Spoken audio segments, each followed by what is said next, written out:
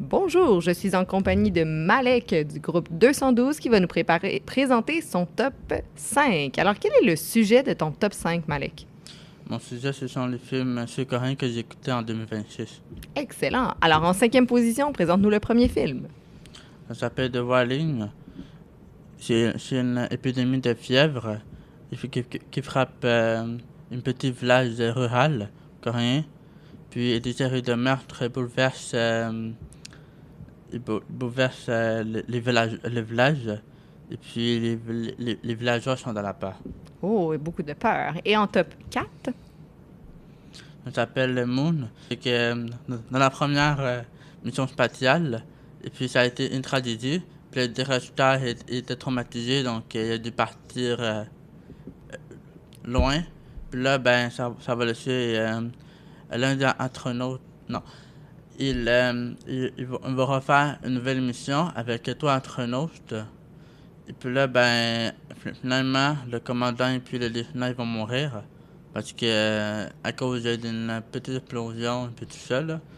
Puis, ça va laisser un astronaute, disons, quand même un débutant. Puis, un Vincent Lafont qui va frapper cet astronaute-là, puis il va avoir la misère à s'en sortir. Oh, wow, beaucoup de suspense. Et en top 3? Mais que suis déclaration, c'est que les passagers entendent le signal avant d'embarquer pour leur vol. Puis un détective de police sud-coréen, il va enquêter sur un terroriste qui a diffusé un message menaçant en anglais. Puis, euh, puis le coupable, il a décidé de contaminer les passagers d'un vol pour Hawaï. Puis là, ben, ça va. Puis là, ben, la femme de ce policier-là, elle va prendre elle va prendre ce vol-là. Puis, voilà. Le policier ne sera pas très content, je pense, hein? Voilà. En top 2? En top 2, ça s'appelle Ronda.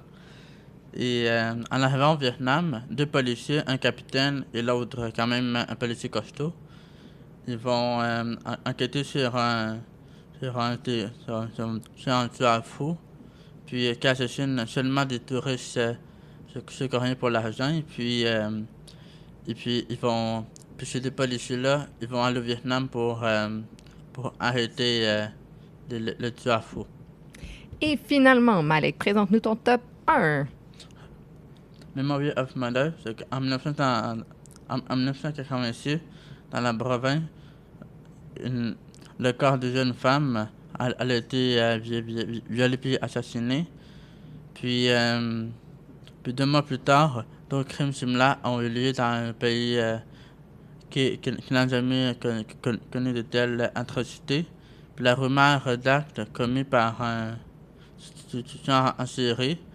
Et puis finalement, c'est que le tueur en série a déjà été arrêté en 1994 et pour le viol et le meurtre de sa belle-sœur. Et, euh, et puis, il est identifié en 2019 comme le tueur de 1986. C'est inspiré des faits réels. Oh, c'est pas des faits très joyeux, n'est-ce pas? Merci beaucoup, Malek, pour ton top 5. De rien.